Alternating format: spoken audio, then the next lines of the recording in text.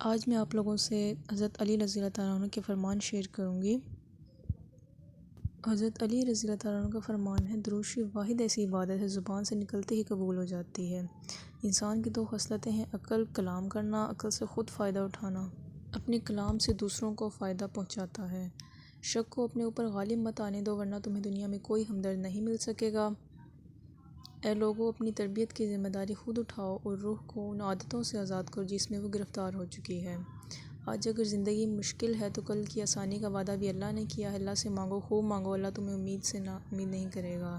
اگر رزق عقل و دانی سے ملتا ہے تو جانور اور بیوقوف زندہ ہی نہیں رہتے۔ جس نے تجھے تیرے عیب بتائے، اگر تجھے عقل ہو تو بے شک اس نے تجھ پر احسان کی انتہا کر دی۔ کبھی بھی لوگوں کی باتوں سے پریشان نہ ہونا، کیونکہ آپ نے اپنا حساب رب کو دینا ہے، ان لوگوں کو نہیں۔ جیسے بارشیں فضا سے دھول اور مٹی کو صاف کرتی ہیں، ایسے ہی استغفار روح سے گناہوں کو دھوتا ہے۔ جب دل گھبرائے تو علم نشرح پڑھ لیا کرو، بے شک ہر مشکل کے بعد آسانی ہے۔ جو شخص بے بسی کے وقت 5 بار یا ربنا نہ کہے، اللہ پاک سے جو دعا مانگتا ہے وہ عطا کرتا ہے۔ انسان واحد ایسی مخلوق ہے جس کا زہر الفاظ میں ہوتا ہے۔ کسی کا ضعف دیکھنا ہو تو اسے عزت دو، فطرت دیکھنی ہو تو اسے آزادی دو، نیت دیکھنی ہو تو اسے قرض دو۔ دنیا کو سچا ہونے کی دلیل مت دو، بس یہی سوچ رکھو کہ اللہ سب جانتا ہے۔ تمہاری تقدیر اتنی دفعہ بدلتی ہے جتنی دفعہ تم اللہ کے آگے ہاتھ پھیلاتے ہو۔ حق کے راستے میں سب سے بڑی سختی یہ آتی ہے کہ انسان تنہا رہ جاتا ہے۔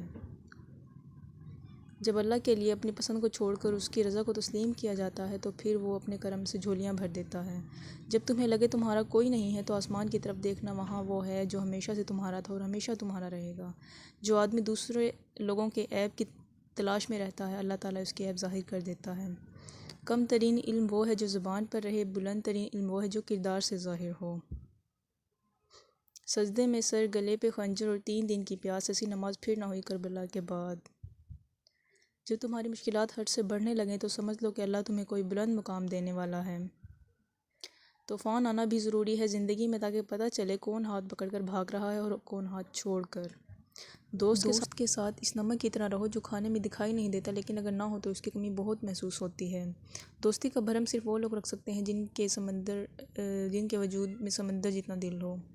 اللہ تعالیٰ سے دعا مانگو تو دعا کی قبولیت پر یقین رکھو، کیونکہ اللہ تعالیٰ کسی غافل، لاپرواہ اور مایوس کی دعا قبول نہیں کرتا۔ جب انسان کسی سے ڈرتا ہے تو اس سے دور بھاگتا ہے، لیکن جب اپنے رب سے ڈرتا ہے تو اس کے قریب ہو جاتا ہے۔ تم اللہ کی رضا میں الحمدللہ کہنا سیکھ جاؤ، وہ تمہاری ساری تکلیفیں اور پریشانیاں ختم کر دے گا۔ تم خود اپنی دعاؤں سے ہی اپنا مقدر لکھتے ہو اور تمہاری دعائیں ہی تم تک وہ سب لے آتی ہیں۔ انسان مایوس اور پریشان تب ہوتا ہے جب وہ اپنے اللہ کو راضی کرنے کے بجائے لوگوں کو راضی کرنے میں لگ جاتا ہے۔